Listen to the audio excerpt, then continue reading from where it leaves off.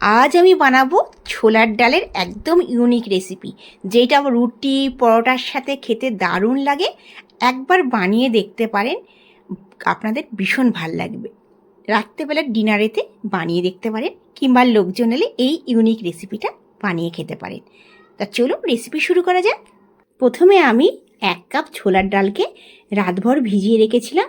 আপনারা দিনের বেলাও এটা ভিজিয়ে রাখতে পারেন, তবে একটু গরম জলে 3-4 ঘন্টা ভিজিয়ে রাখলে হবে। আমি রাত্রেবেলা ভিজিয়ে রেখেছিলাম।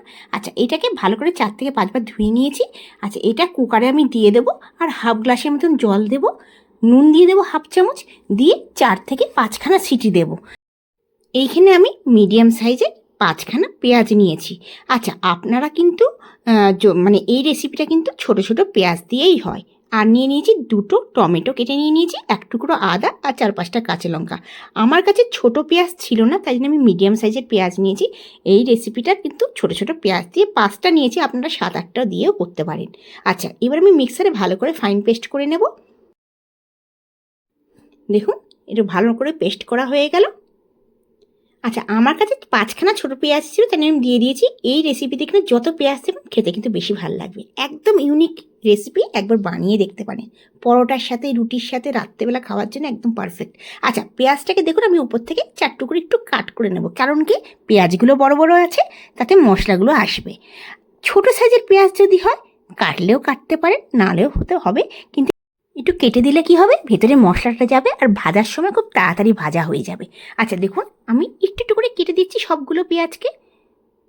এই রেসিপিটা অবশ্যই ছোট ছোট, মানে একদম ছোট ছোট যে পেঁয়াজ হয় সেটা দিয়ে বানালে কিন্তু খুব ভালো হয়। এখন ছোট পেঁয়াজ বাজারে সেরকম দেখতে পাইনি, তো আমি এই বড় পেঁয়াজ দিয়ে বানিয়েছি। এই রেসিপিটা একবার বানিয়ে দেখবেন, দারুণ লাগবে। আচ্ছা, আমি এর মধ্যে সর্ষের তেল দিলাম। এটা কিন্তু সর্ষের তেলেই রেসিপিটা হবে। এবার তেলটা গরম হয়ে যাওয়ার পর আমি গ্যাসের ফ্লেম মিডিয়াম করে দিয়েছি। মিডিয়ামে এই পেঁয়াজগুলোকে ভেজে নেব। অবশ্যই পেঁয়াজটাকে ভাজতে হবে, তাহলে কিন্তু খেতে ভাল লাগবে। 3 থেকে 4 মিনিট মিডিয়াম ফ্লেমে একটু লাল করে আমরা পেঁয়াজটাকে ভেজে দেব। এই রেসিপিটা একবার বানিয়ে দেখবেন, আপনাদের বারবার বানাতে ইচ্ছে হবে। একদম ইউনিক রেসিপি। আচ্ছা দেখুন, পেঁয়াজটা হয়ে গেছে। এপিট ওপিট করে আমি পেঁয়াজগুলোকে ভেজে নেব। খুব তাড়াতাড়ি ভাজা হয়ে যায়, বেশি সময় লাগে না, 3 থেকে 4 মিনিট। অবশ্যই মিডিয়াম ফ্লেমে ভাজবেন, হাই ফ্লেম করতে যাবেন না, তাহলে পেঁয়াজগুলো পুড়ে যাবে।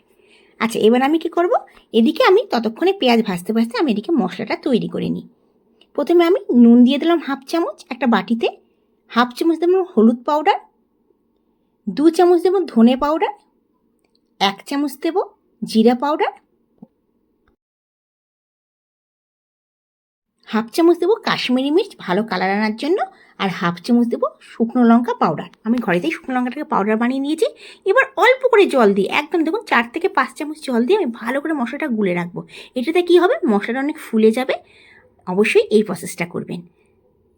দেখুন, আমি যেইভাবে রেসিপিটা বলছি এইভাবে বানাবেন, খেতে কিন্তু দারুণ লাগবে। আচ্ছা, এদিকে পেঁয়াজটা হয়ে গেছে, ভাজা হয়ে গেছে। পেঁয়াজগুলো আমি সব তুলে নেব।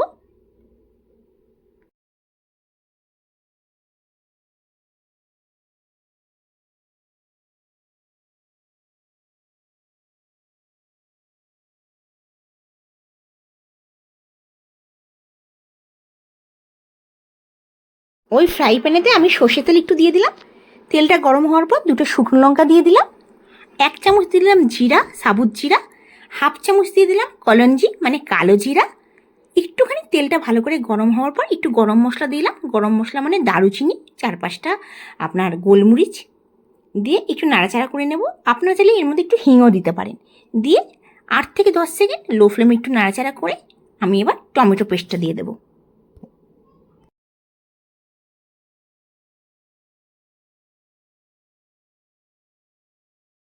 টমেটো পেস্টটা দেওয়ার পর নাড়াচাড়া করবো লো ফ্লেমে, যাতে একটুখানি টমেটোটা গলে যায়, মানে গলে তো গেছে, মানে কাঁচা ভাবটা চলে যায় টমেটোটা।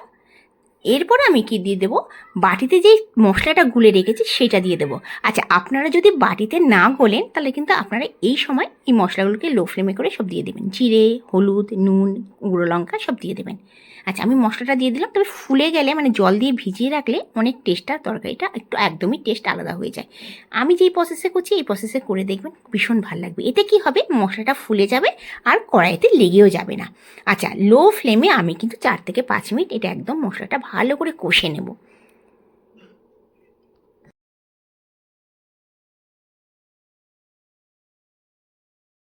ছোলার ডালটা আমি নুন দিয়ে 4টে সিটি দিয়ে দিয়েছি। এই ছোলার ডালটা আমি দিয়ে দেবো। দেখুন ছোলার ডালটা দেখুন হয়ে গেছে, চেয়ে রয়েছে। এই ডাল যেন গলে না যায়, গলে গেলে কিন্তু রেসিপিটা একদমই খারাপ হয়ে যাবে। যেই আমি রেসিপিটা বানাচ্ছি সেটা হবে না। অবশ্যই এটা মাথায় রাখবেন। যদি মনে হয় ছোলার ডাল 4টে সিটি দিলে বেশি গলে যায়, আপনারা কিন্তু প্রথমে 2টো সিটি দিয়ে দেখবেন। আচ্ছা, সব থেকে ভালো বাটিতে নিয়ে, মানে কুকারে দিলে একটু তাড়াতাড়ি সেদ্ধ হয়ে যায়, বাটিতেও আপনারা সসপ্যানের মধ্যে সেদ্ধ করে নিতে পারেন। আচ্ছা, এবার আমি কি করব, মশলা মিক্সারে যে মশলাটা পিষেছিলাম সেইটাতেই, মানে টমেটো পিষেছিলাম সেটাই জল দিয়ে সেই জলটা গুলিয়ে আমি দিয়ে দিচ্ছি। এইটা একটু ছোলার ডালটা দেওয়ার পর আমি 2 থেকে 3 মিনিট মিডিয়াম ফ্লেমে আমি একটু কষে নেব ডালটা দেওয়ার পরে। এই রেসিপিটা একবার বানিয়ে দেখবেন, রুটির সাথে তো দারুণ লাগে। আচ্ছা, এবার আমি জল দিয়ে দিলাম। বেশি জল দেবো না, ওই চায়ের কাপের হিসাবে 1 কাপ জল দেবো। এইটা কিন্তু একদম মাখো মাখো হবে, মানে রুটি দিয়ে খাওয়ার জন্য। এই রেসিপিটা কিন্তু ভাত দিয়ে খুব একটা ভাল লাগবে না, রুটি দিয়েই ভাল লাগবে, কিংবা পরোটার সাথে, কিংবা রাত্রেবেলা আপনার ডিনারের সাথে খেতে পারেন। হ্যাঁ, যদি ভাবেন যে না ভাত দিয়ে খাবো, তাহলে কিন্তু একটু জলটা বেশি দিতে হবে। ভাত দিয়েও খেতে পারেন, কিন্তু আমরা বেশিরভাগ পরোটা রুটি দিয়েই খাই। আচ্ছা দেখুন, এইটা হয়ে যাওয়ার পর, মানে জলটা একটু শুকিয়ে যাবে 4-5 মিনিট, যখন গ্রেভিটা একটু কমে যাবে, এবার আমি পেঁয়াজগুলো দিয়ে দেবো। এতে একটু পেঁয়াজটা বেশি চাই। পেঁয়াজ বেশি ছিল না আমার কাছে, মানে সব বেশি বড় বড় পেঁয়াজ ছিল বলে আমি দিতে পারিনি। সব থেকে ছোটো ছোটো পেঁয়াজ ছিল যেগুলো, সেগুলো আমি দিয়ে দিয়েছি।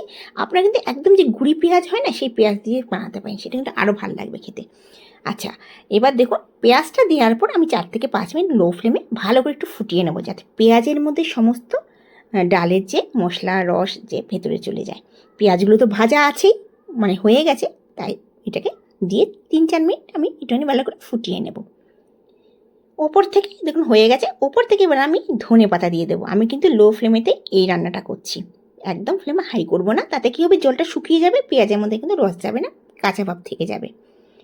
আচ্ছা, এবার আমি ধনে পাতা দিয়ে দিলাম। অবশ্যই ধনে পাতা দেবেন। আমাদের খুব ঝটপট তৈরি হয়ে গেল চানা ডালের এই সবজিটা। একবার বানিয়ে দেখতে পারেন, একবার বানালে আপনাদের বারবার বানাতে ইচ্ছে হবে। আজকের রেসিপিটা কেমন লাগলো আমাকে অবশ্যই জানাবেন। ঘরে বানিয়ে নিজেরা খাওয়ার পর আমাকে কমেন্টসে জানাবেন ভালো লেগেছে কিনা। আশা করি আজকের রেসিপিটা আপনাদের ভীষণ ভালো লাগবে।